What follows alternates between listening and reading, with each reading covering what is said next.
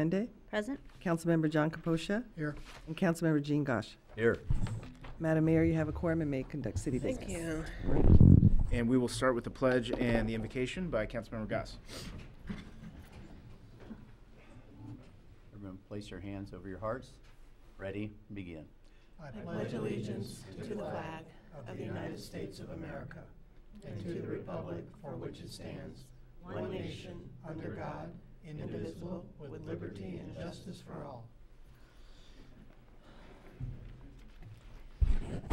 Well, it's been a tough week for Southern California, and I spent some time yesterday kind of going over some thoughts about what I wanted to share about the tragedies we're facing, the mass murder and then just a historically brutal set of wildfires that have beset us. And I have some remarks I prepared, but I was thinking about this when we were in closed session. I thought, you can't really even can remarks about stuff like this because it's so utterly painful. I talked to a number of people since the mass murder, and a lot of people were really incredibly touched by the statements of parents who lost their kids, and watching the fires and the people losing their homes. Very touching. So I don't really have anything wise to say. I don't have any prayer to offer tonight. I just want us all to take a moment and pause and pause in a moment of silence and just show respect to the people who've died and all the people who are suffering as we speak.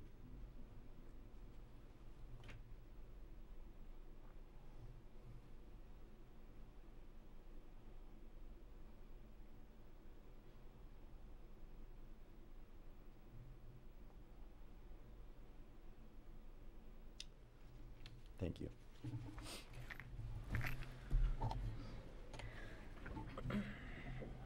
Thank you, Councilmember Goss.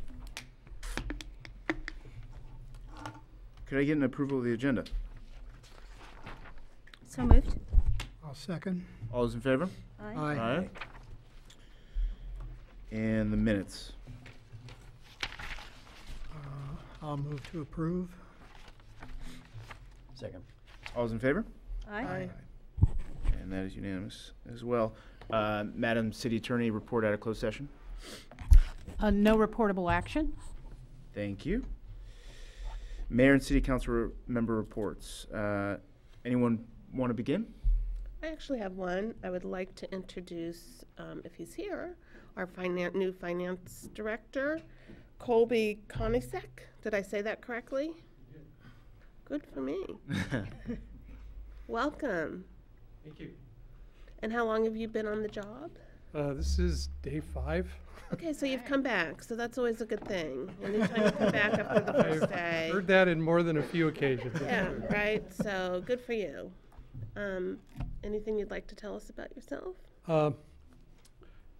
As an interview process, I probably had the best time interviewing, which, as you all realize, is usually not better than stressful. But this was actually pretty pleasant. Never a bad moment. Everything went pretty well.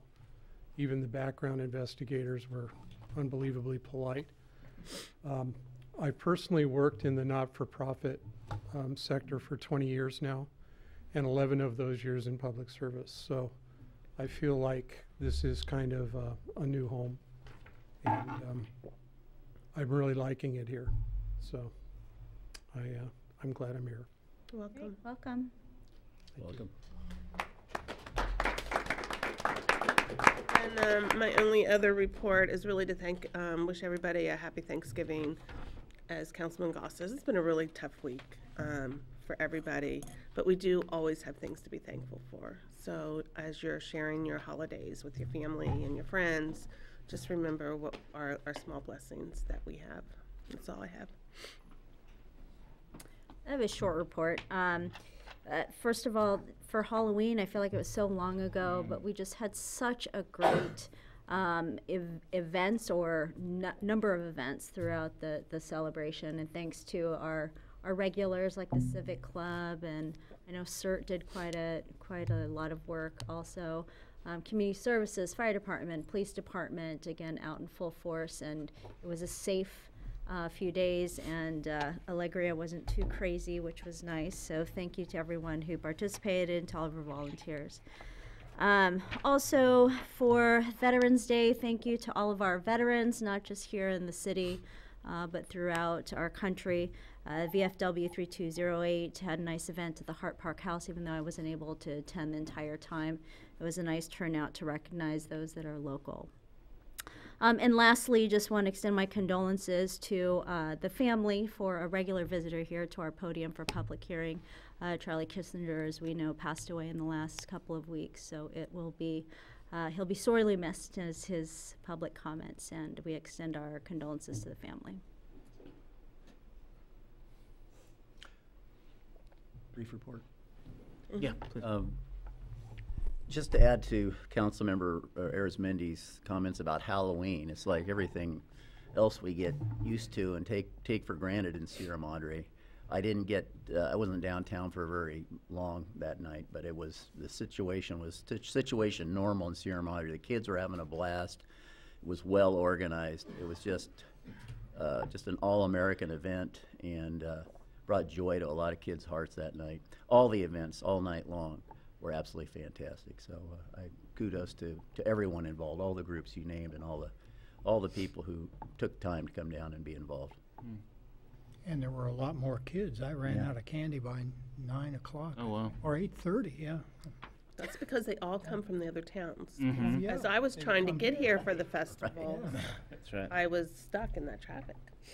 Okay, I'd like to just report on water. I attended the San Gabriel Valley Council of Governments Water Committee meeting today, and just the water situation is pretty dire overall. Still no snow to speak of at all for this season in the Sierras. Very, very little in the upper Colorado Basin.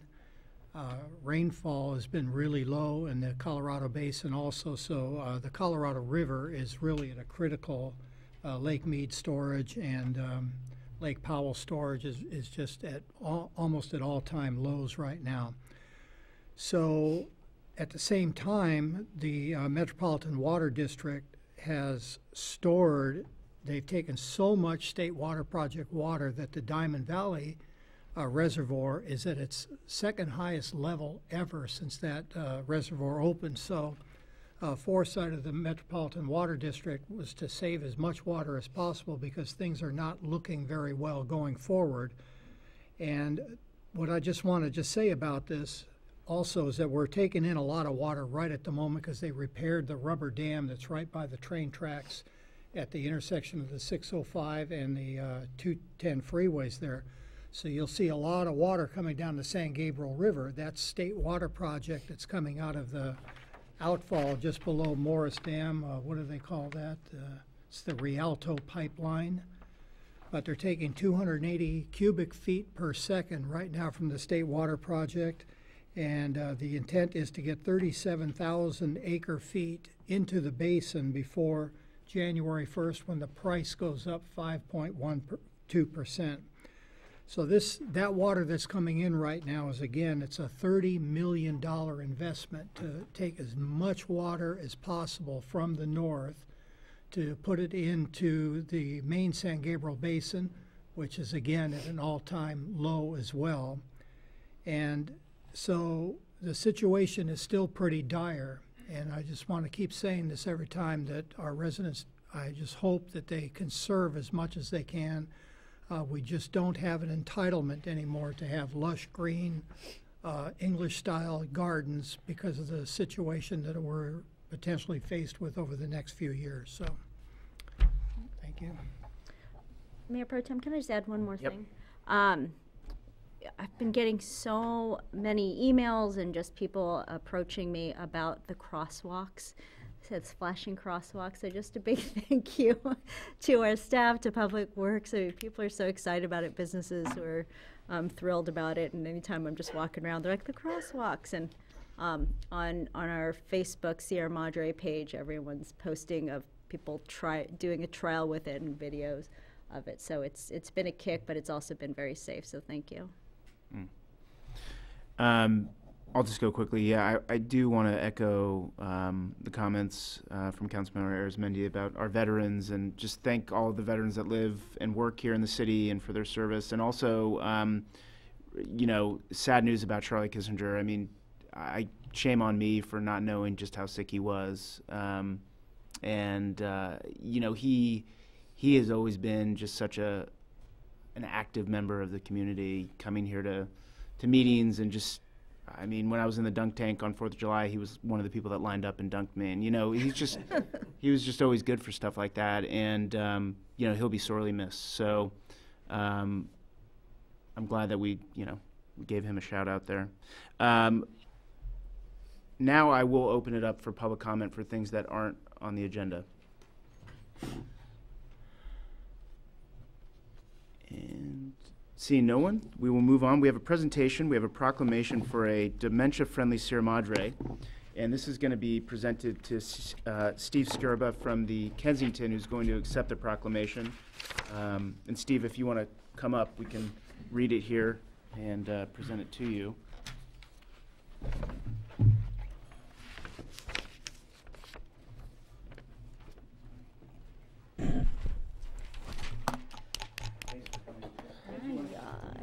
Before I read it, just talk why it's appropriate for you to accept it.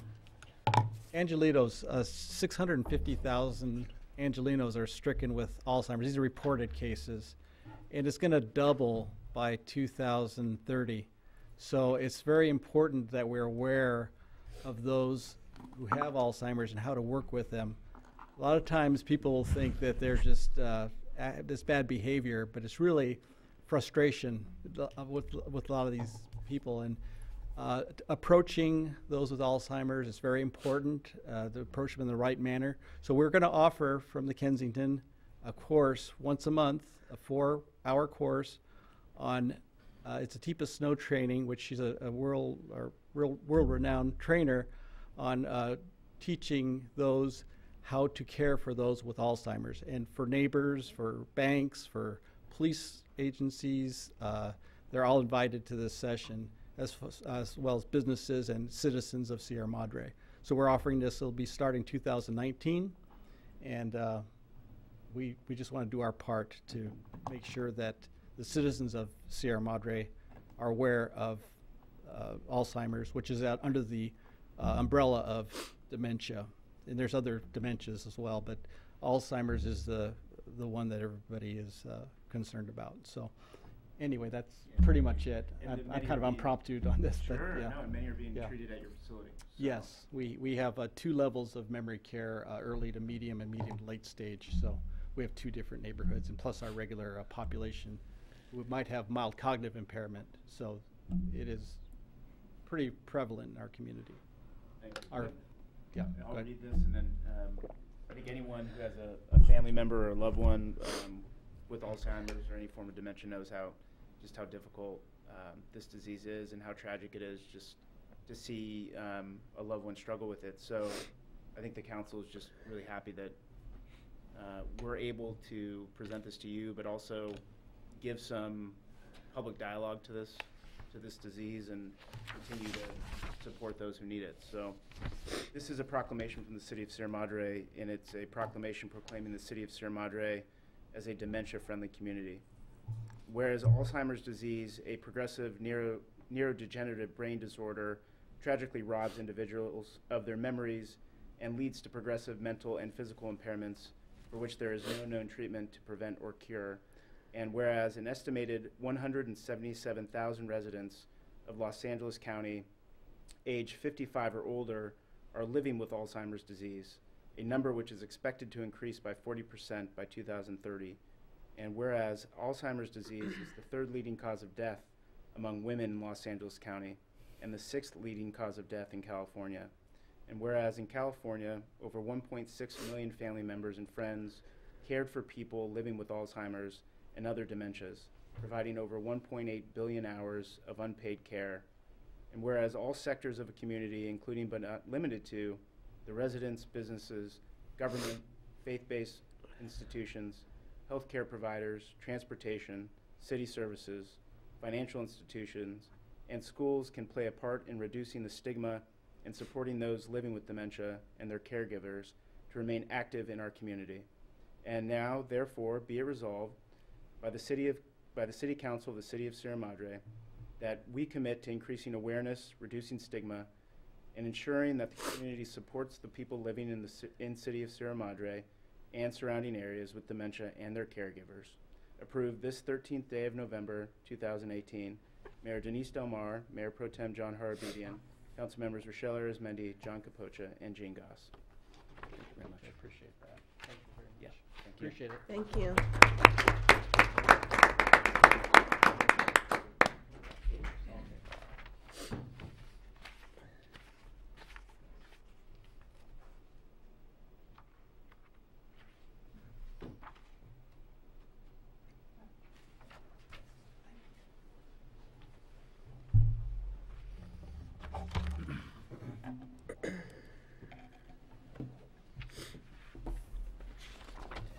And Madam City Clerk, we will move on to our consent agenda.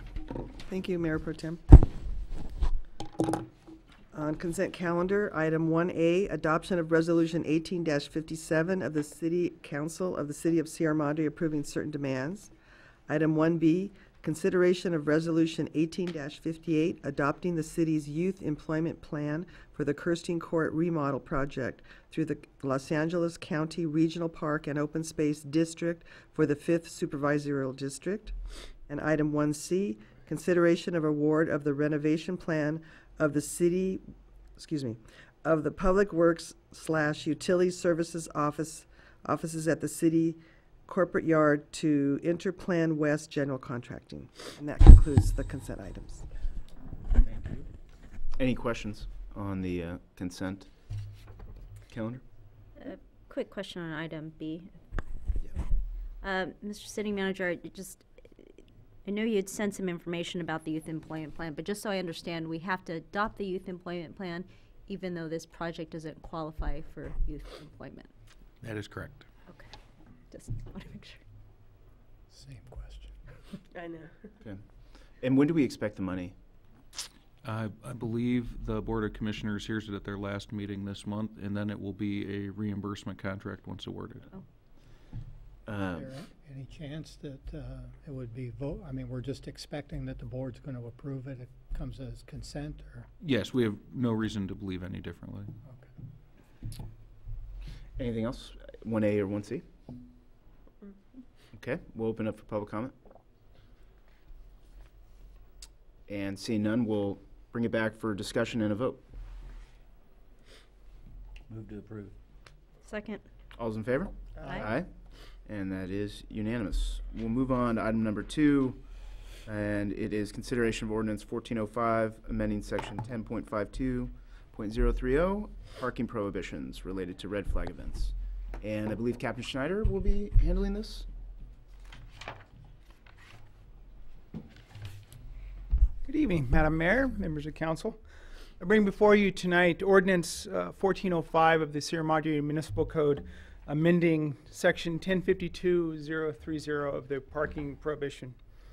This relates to, the ordinance actually is further defining what a red flag alert is, and it includes some streets that could be potentially affected.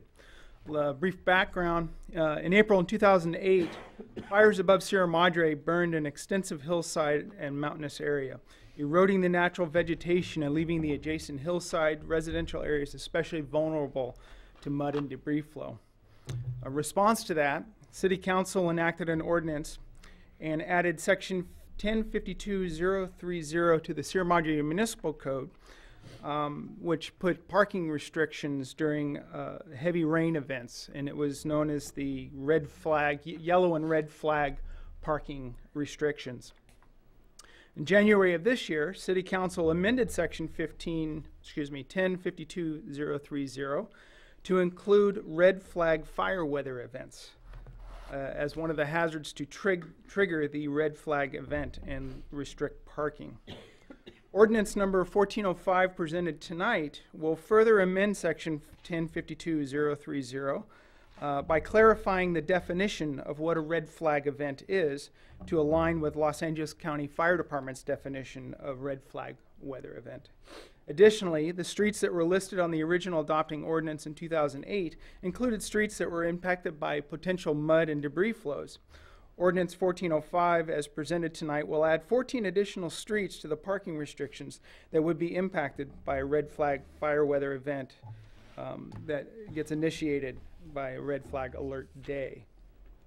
So basically, the two things for the ordinance tonight is to further define a red flag event and to add those additional 14 streets. And I'm available if you have any questions. Thank you. Any questions? Councilmember Capocha?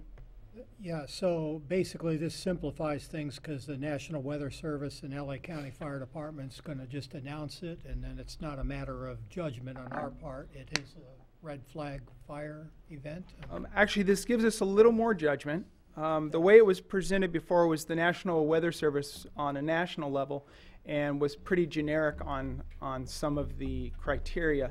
LA County has additional criteria to trigger a red flag, and it also gives us the ability to call a red flag alert for other conditions such as wind events or extreme heat. Okay, so we're not relying on them to declare it, then we still have the ability to declare it if you feel it's necessary.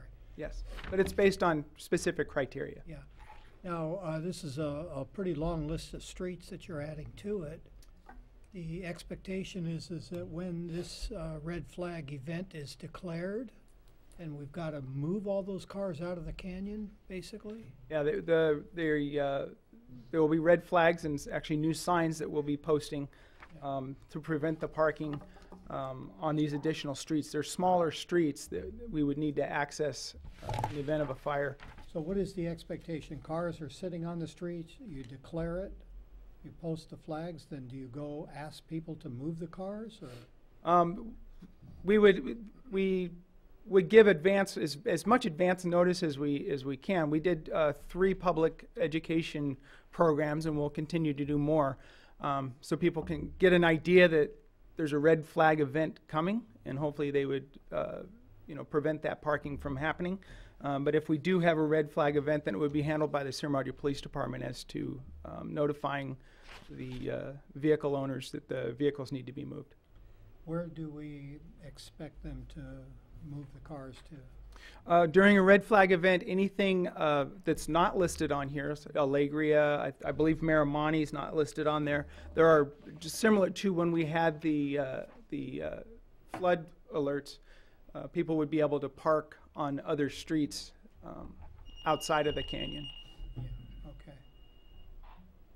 And would we suspend overnight parking restrictions? Yes. Yeah. Yes. So just to follow up, I know you said you had 3 community meetings already. I mean, how did those go? Oh, it was, People we had 15 to 20 at each meeting. Yeah. Mm-hmm. Okay. Any other questions? Yes, thank you, Fire Marshal Snyder, for your presentation. It's nice to see you at the podium. It's good to be here.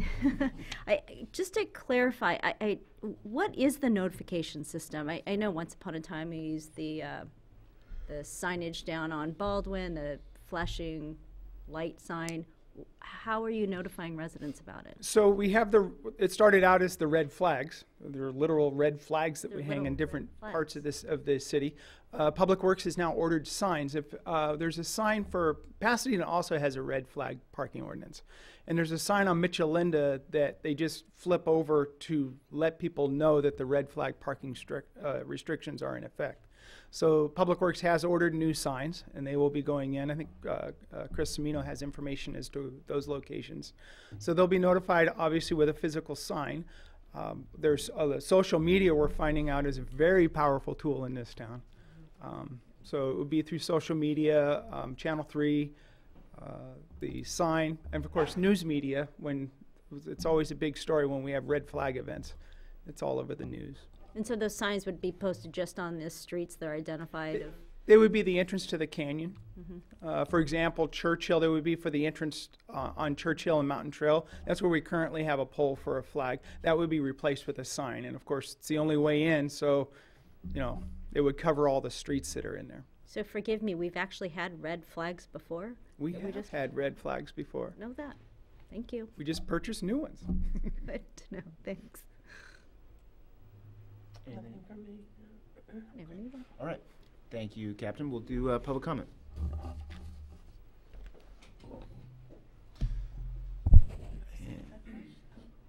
And seeing none, we'll bring it back for discussion and vote. Anything? Well, I just want to say that this is very apropos to what we've been experiencing the last couple of weeks, and I'm glad that we're doing it. Agreed. Ditto. I'll move for approval. Second. All those in favor? Aye. That is unanimous. Item number 3 is consideration of changes to the current board and commissioners' city council liaison process. Mayor Pro Tem, we'll like to turn this over to Councilmember Capocia to discuss his experience with the Planning Commission. Yeah, having been on the city council now for, what is it, almost 7 years, coming up on 7 years. All of us attend regularly, or not so regularly, depending on the circumstances, the various commission meetings.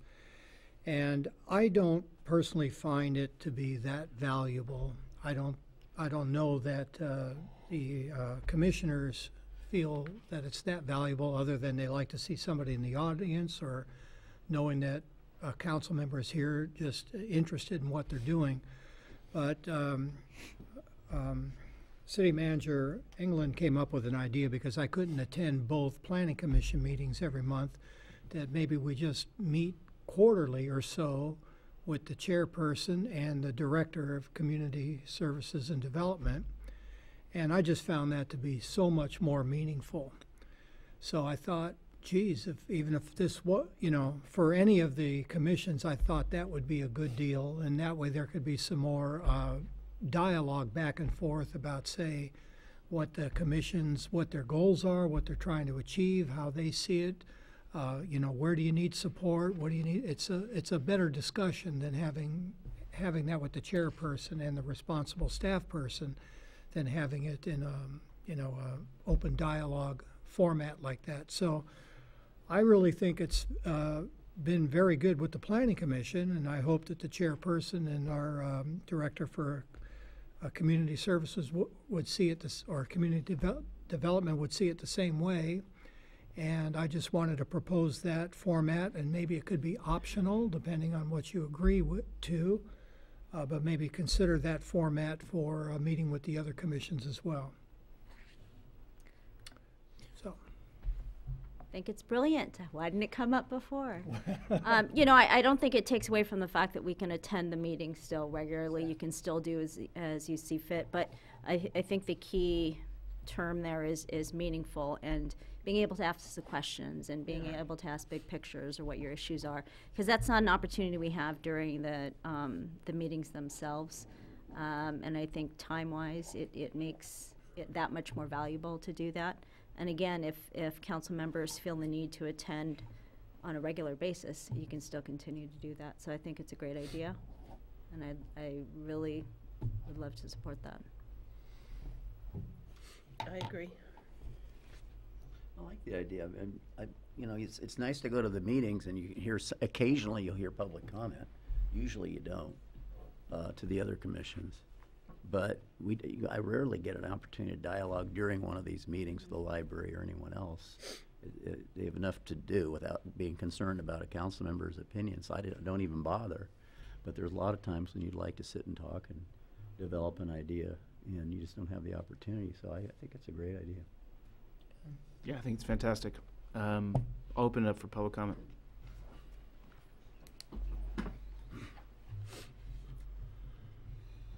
I am Pat Alcorn on Grandview. I think it's a great idea for the council to meet with the commission heads on a quarterly basis. But I still believe that the council members really can benefit by attending the meetings, because in the report it said in lieu of attending the meetings. But I believe that you get a whole lot more, particularly the Planning Commission, because the Planning Commission normally has an audience and normally has a lot of public comment. And even the Community Services Commission, I think it's valuable for the council members to really sit and listen to what happens during the meeting. I, for one, have been to meetings, and then I try to describe it to somebody who will say, well, what happened to the meeting? Well, I can describe it, but I can't get the general gist of what really happened in that meeting. And I think it's really important for our council to attend the meetings and be able to really understand what's going on. Thank you. Any other public comment?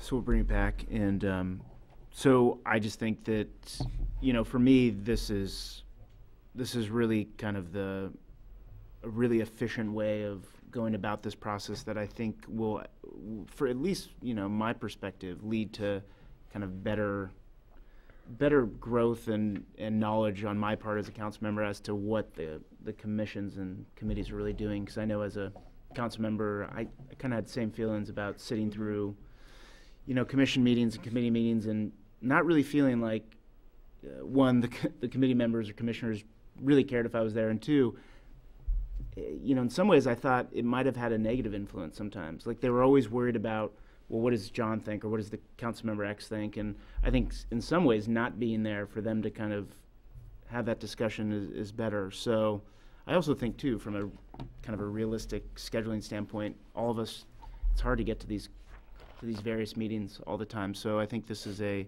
practical solution to those of us. I know I had a lot of tough times, and I still do, getting to whatever commission I'm assigned to for those meetings. So I'd just like to thank the city manager and Councilmember Capocha.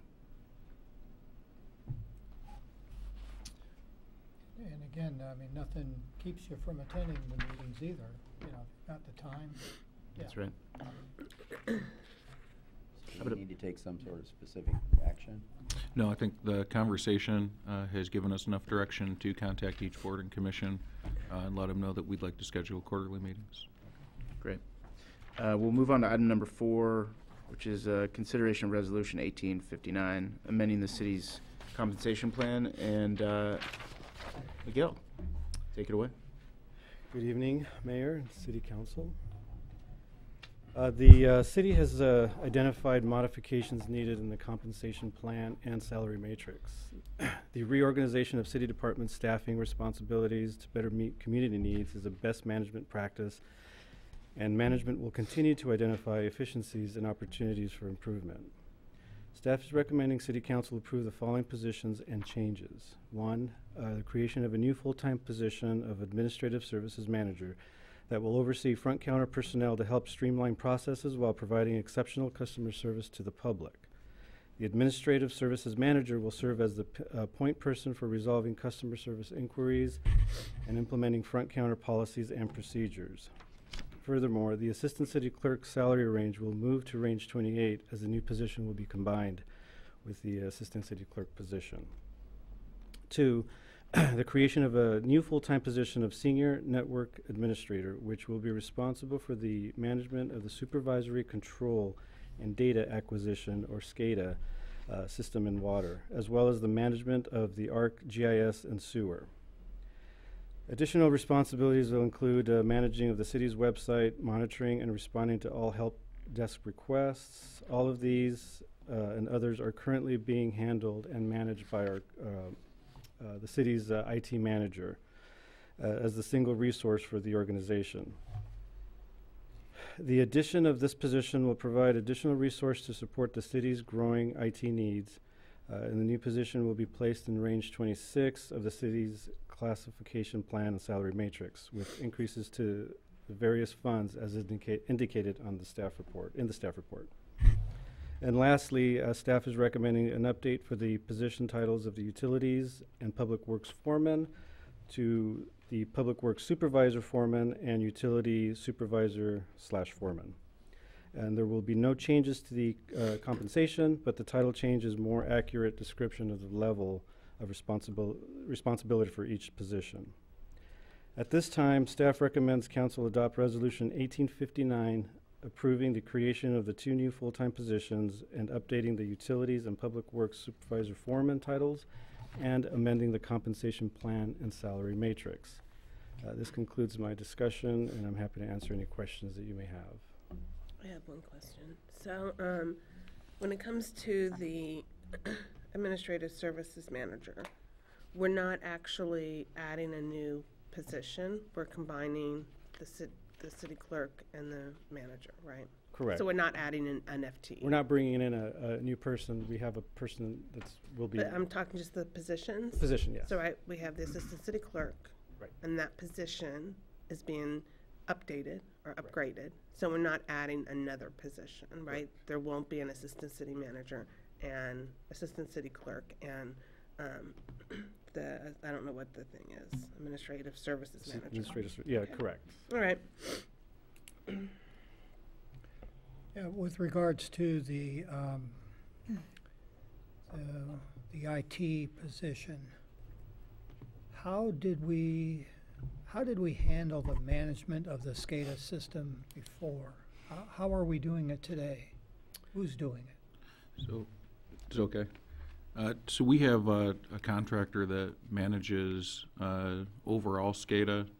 One of the things that we've discovered through the various network outages, failures, power outages we've had here is we don't have an integrated system citywide.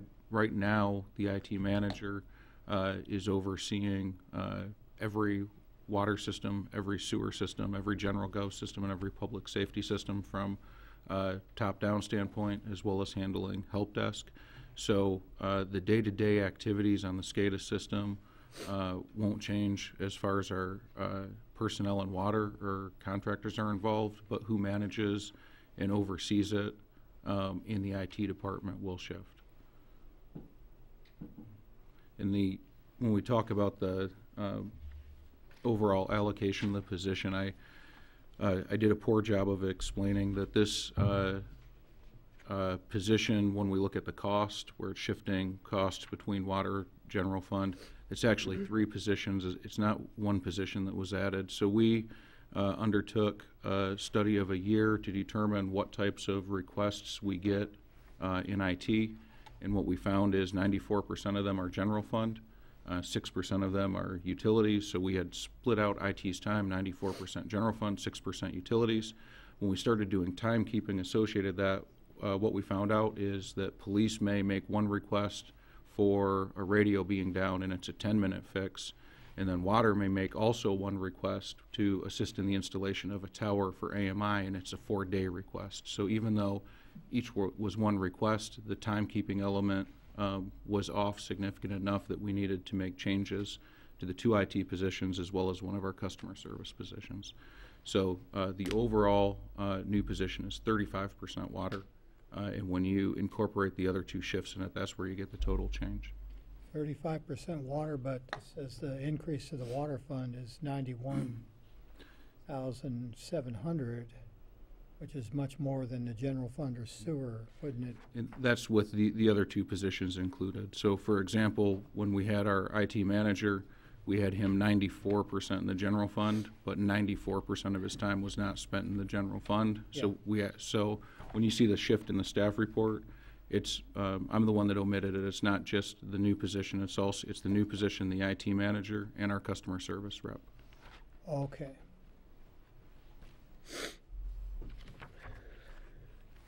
Okay, so these increases to the funds is not just for the senior network administrator? Correct, yes. I omitted the paragraph explaining that.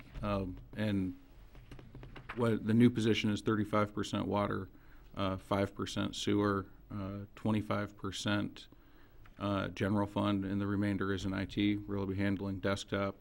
The current IT manager, who was 94% general fund, is shifting to 25% water, 5% sewer, 50% IT, with the remainder general fund. and our incumbent in the customer services position was at 15% general fund, but they do 100% utility billing. There's no benefit to the general fund, so that 15% is going 10% to water, 5% to sewer. Okay. Any other questions? Just one, and I don't know if you can answer it or not. I'm assuming that this is, our security is good, but this is going to have some security implications for the betterment too? That these people work on these kinds of things? Yes, there will be. I'll defer that IT questions to. Councilmember Goss, right now in IT, we have one person responsible for the management of all of our systems 24 hours a day, 365 days a year, and we get lots of items he has to respond to. So we were emailing last night at about 12:10 about a system that was giving a false alarm, and he has to be responsible for that with no assistance or backup and no outside contracting. So one of the ideas is to bring in someone to share that load with him, but also reduce some of the outside contracting so we can get him immediate response.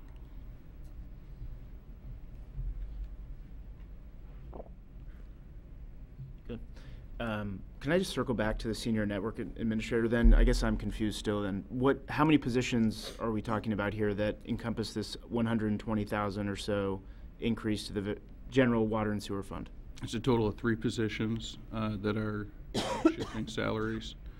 In total, it's 1 new position to the city.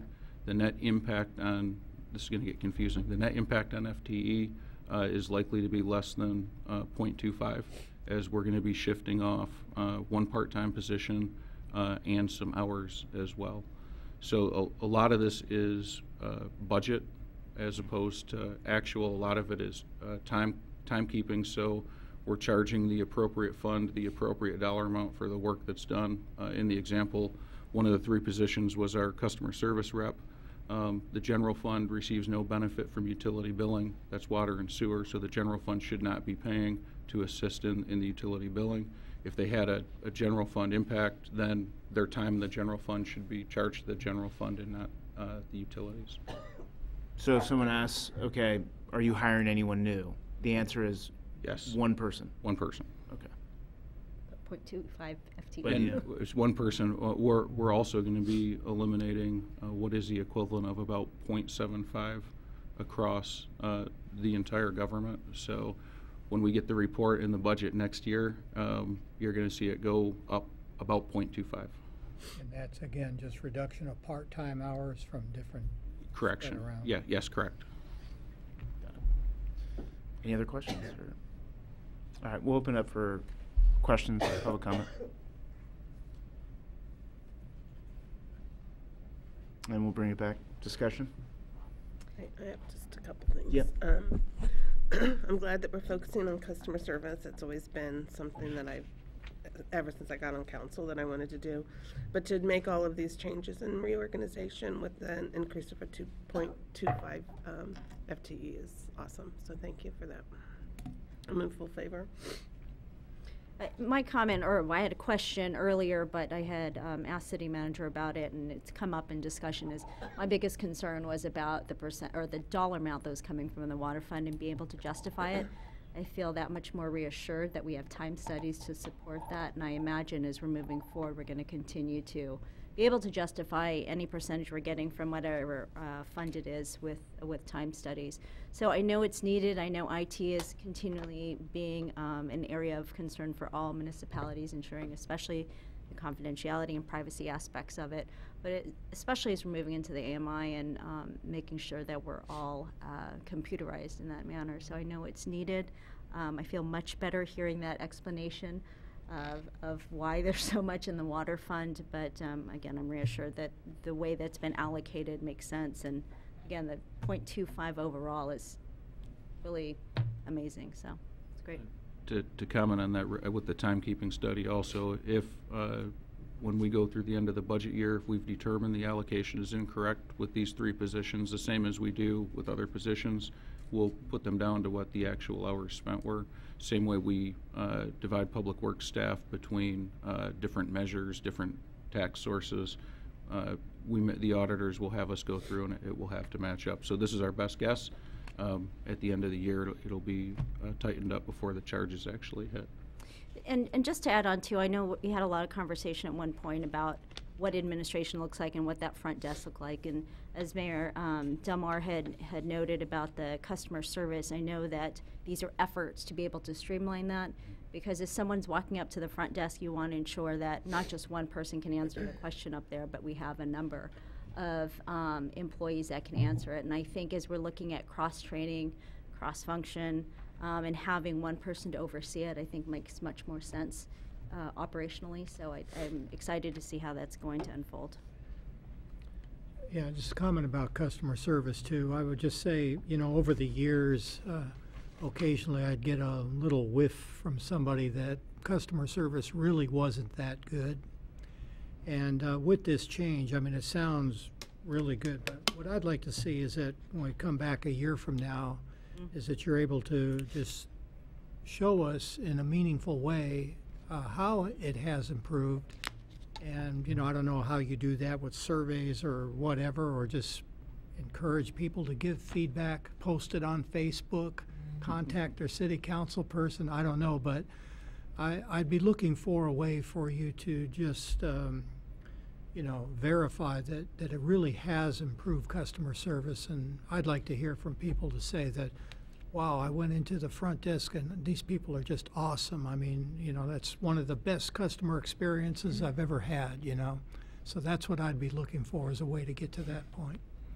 One of the things we've failed to do over the past year is adopt customer service standards, which was a goal we had. Yeah. That's one of the things that we'll be starting with, and we'll certainly bring that back to council so you can understand how we're operating up there. It was fragmented, having 4.5 people report to 4 different directors. Customer service philosophy we have is the same, and we'll get customer service standards in place, and we're happy to report back. Good. 2 comments. First, I've talked to people recently who've actually said that about our customer service. That's good. Yes. Yeah. Okay. Now, over the years, I've heard plenty of the opposite, but that was some time ago. You know, for our citizens / taxpayers out there, are always trying to get, you know, as we all are, trying to get maximum bang for the buck. I mean, the idea of being able to do this reorg and get these functions better streamlined and more efficient with an increase of 0.25, I mean, it's unheard of in government. And so I just feel like this, assuming it works out the way we hope it will work out, it's just a really good example of innovation in government. I hope other governments are watching this, frankly. Yeah, I'm in favor of it. And I think that we, over the past year or so, have had a few of these kind of one-off compensation plan, salary matrix updates and changes. And I think it'd be helpful, at least for me, and I think the rest of the city council, maybe to bring back a kind of comprehensive view in a report to show what we've done, right? Because to me, kind of doing it on this incremental basis, I basically have to go to the city manager and be like, can you just let me know who's getting hired, who's getting a raise, whatever we're practically doing. It's just helpful for me to know, because I think it's good for the organization, for all of us to know really what this is in terms of actual impact to human beings. So I would just request that at some point in the next couple months. It's not a huge rush, but I think it's a good idea, and I think this makes a lot of sense. And with that, do we have a motion? So moved. Second. All those in favor? Aye. And that is unanimous. Items for future agenda. I have one. Councilmember Arizmendi and I have been approached to talk about forming a citizen code enforcement committee, and I would like to add that to the upcoming agenda. Great. I had one too. We, given some, I guess, issues that we had with Southern California Edison in there, I talked about this earlier, and getting information flow from them, we have invited, and I'll just formally request that we agendize in a future meeting for our representative to come and give us a little bit of a presentation. Anything else? Okay. Motion to adjourn? So moved. And I'm sure there's no one against that. So we'll adjourn. Thank you, everyone. Have a good night. Thank you for filling in. I appreciate it. All right.